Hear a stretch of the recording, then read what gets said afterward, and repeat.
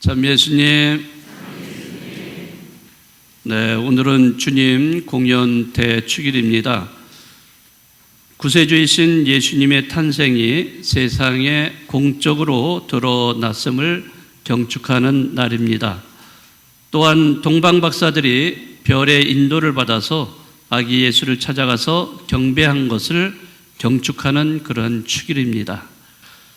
오늘 복음은 예수님의 탄생 소식을 들은 사람들이 보이는 다양한 반응을 대비시켜서 보여주고 있습니다. 여기에는 세 부류의 사람이 나타나고 있죠. 자, 그 부류 중에 첫 번째 부류 사람은 바로 헤로데 대왕입니다.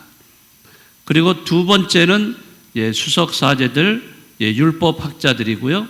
세 번째 부류는 바로 누구죠? 네, 동방박사들입니다. 자, 이 부류들을 제가 이렇게 차근차근히 구체적으로 좀 소개해 드리고자 합니다. 첫 번째로 소개되는 인물이 헤로데 대왕입니다. 헤로데 왕은 순수 혈통의 유다인 출신이 아니고 이두메아 출신의 혼연 유다인인데 당시에 그 강대국인 로마 세력에 부응해서 왕위에 오른 사람입니다. 네, 그러다 보니까 유다인들의 환심을 사기 위해서 초창기에는 예루살렘 대성전을 복원하는 그런 노력을 기울여서 많은 칭찬을 받은 그런 모습도 있었는데, 그러나 시간이 지날수록 그 왕은 자신의 왕권을 빼앗길까 봐서 그런 걱정과 망상에 사로잡히게 됩니다. 자, 이러한 상황 속에서 유다인들의 왕이 태어났다는 이러한 소식을 헤로데 왕이 접하게 됩니다. 자기가 유다인의 왕인데 유다인의 왕으로 또 태어난 분이 또 계시다. 자, 이런 소리를 들으니까 너무 깜짝 놀라겠죠. 급기야는 그는 아기 예수님을 자신의 왕권을 위협하는 경쟁자로 여기고서 그분을 제거할 그런 음모를 꾸미게 됩니다. 바로 그 결과로 헤로데는 베들레헴과 그 일대에 사는 2살 이하의 사내 아이들을 모조리 죽이는 그런 끔찍한 학살을 저지르게 됩니다. 권력의 속성상 권력을 흔드는 불순 세력이 있을 때 권력자는 수단과 방법을 가리지 않고 자기 권력을 지키려고 합니다. 그렇지만 아무리 절대 권력을 지닌 것처럼 철권을 휘두른다 해도 그 권력에는 한계가 있기 마련입니다.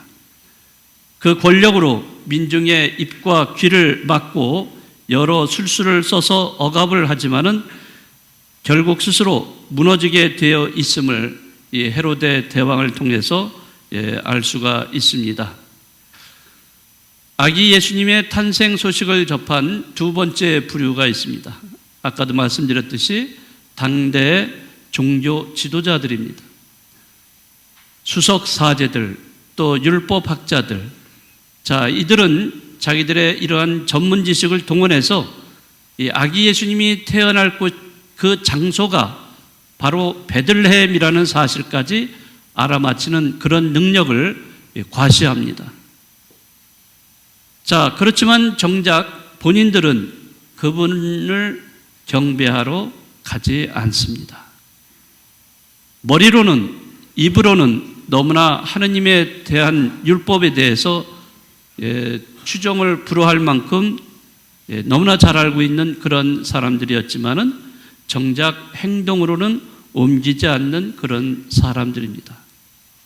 이런 사람들은 달을 보지 않고 달을 가리키는 손가락만 보는 사람들에 지나지 않을 것입니다. 아기 예수님의 탄생 소식을 접한 세 번째 부류의 사람들이 있습니다. 누구라고 그랬죠? 동방박사들입니다.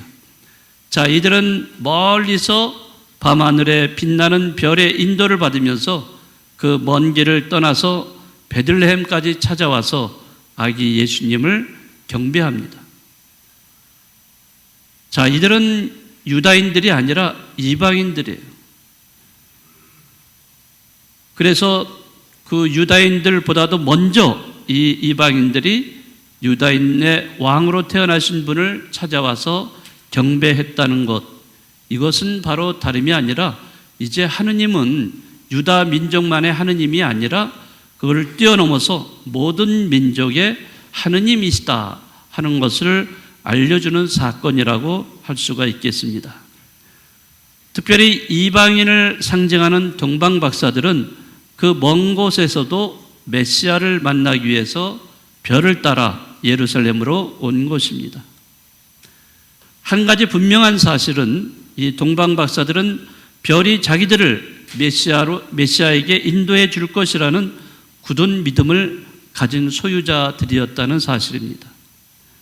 그들 마음속에 진지한 그러한 믿음이 있었기 때문에 그 먼 여행길에서 도중에 포기하지 않고 끝까지 갈 수가 있었던 것입니다. 사실 우리도 인생을 살다 보면 삶에 지쳐서 하던 일을 포기하고 싶을 때가 얼마나 많이 있겠습니까? 그렇지만 동방박사가 보여준 모습은 믿음을 가지고 또 성실하고 겸손하게 살아가는 사람들에게는 반드시 예수님을 만날 수가 있고 또 그분과 하나가 될 수 있다는 그러한 희망을 보여준 사건이라고 말할 수가 있겠습니다. 오늘 복음을 우리가 다 함께 묵상하면서 우리는 아기 예수님 탄생 소식을 접한 이 세 부류 중에 어디에 속해 있는가, 우리 자신을 한번 돌아봤으면 좋겠습니다.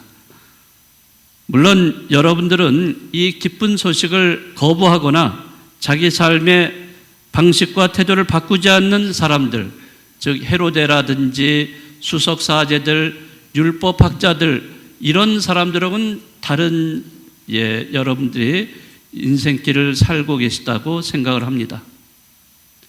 그렇지만 우리는 동방박사들과 같이 편안한 삶을 박차고 돈과 명예가 아닌 길이요 진리요 생명이신 주님께 대한 갈망으로 이 별의 인도를 받아서 영적인 여행을 하는 사람들이라는 사실을 우리는 굳게 믿어야 합니다. 오늘 이 주님 공연 대축일을 보내면서 동방박사들처럼 새해에도 이 영적인 여정을 우리가 시작했다는 것, 그리고 우리가 이 영적인 여정을 통해서 우리가 해야 될 것은 우리는 주님을 만나야 됩니다.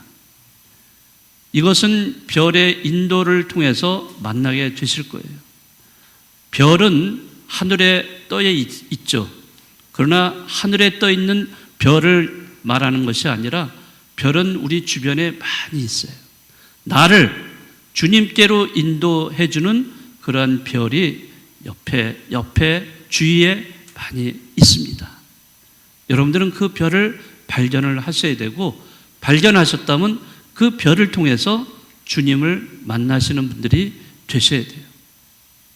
여러분들은 이런 주님을 만나는 순간 동방박사들처럼 여러분들은 선물을 바치실 거고 또 주님을 경배할 수 있는 그런 사람들이 되실 거예요. 자, 그래서 올 한 해 여러분들이 시작을 하셨으니까 이 영적인 여정을 동방박사들과 같이 이렇게 한번 해보세요. 그리고 별을 찾으셔야 돼요. 별을 찾아서 그 별이 인도하는 대로 주님을 만나셔야 되고, 그냥 아무것도 없이 주님을 만나시는 게 아닙니다. 뭐가 필요하죠? 주님께 바칠 선물이 필요해요. 뭐 돈이라든지 뭐 이런 거 준비하라는 게 아니라 여러분들의 마음을 잘 준비하셔야 돼요. 그 여러분들이 준비하실 선물이 뭐겠어요? 여러분들이 실천하셔야 될 사랑, 나눔, 희생, 용서, 이런 것들이 주님께 바칠 선물입니다. 그러한 선물을 잘 준비하셔서 올 한 해 정말로 주님을 만나시고 주님과 함께 행복한 기쁜 생활이 되시기를 바라겠습니다. 이야기인데요. 나이 드신 두 분이 같이 극장을 가셨습니다. 극장에 갔는데 자리에 앉자마자 이제 이 남편이 아내한테 질문을 했어요. 그 자리 찬바람 안 들어와?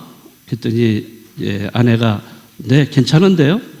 또 남편이 의자가 삐걱대진 않아? 그러니까 또 아내가 아니요, 쿠션도 좋은데요? 네, 아내가 이렇게 남편이 세심하게 뭔가 배려해준다, 챙겨주고 있네, 이렇게 생각을 하는데 그 순간 남편이 이런 말을 했습니다. 그럼 나랑 자리 바꿔. 네, 오랫동안 몇십 년을 이렇게 부부 생활을 하면은 너무나 또 친구 같아서 서로가 서로를 잘해줄 것 같은데 가만히 보니까 아닌 것 같기도 하고요. 맞나요? 네, 아무튼 여러분들 뭐 부부로 사시는 분도 있고 또 혼자 사시는 분도 있지만은 아무튼 누구라도 같이 서로를 위해주는 마음, 이런 것이 더 있으면 좋겠습니다. 네, 한 주간 또 기쁘게 보내시기 바랍니다.